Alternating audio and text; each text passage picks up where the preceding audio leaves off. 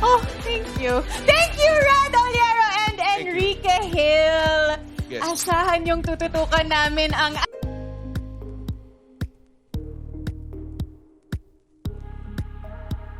Balik-asap ngayong araw si King of the Hill Enrique Gil. Pasabog at talaga namang namis ni Enrique ang mag-perform sa stage ng ASAP.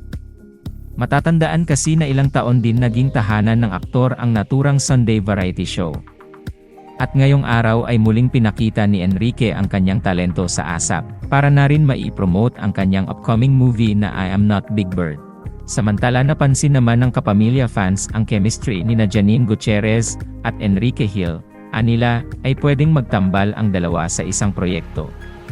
Sa kabilang banda narito, at panoorin natin ang comeback performance ni Enrique Hill sa ASAP.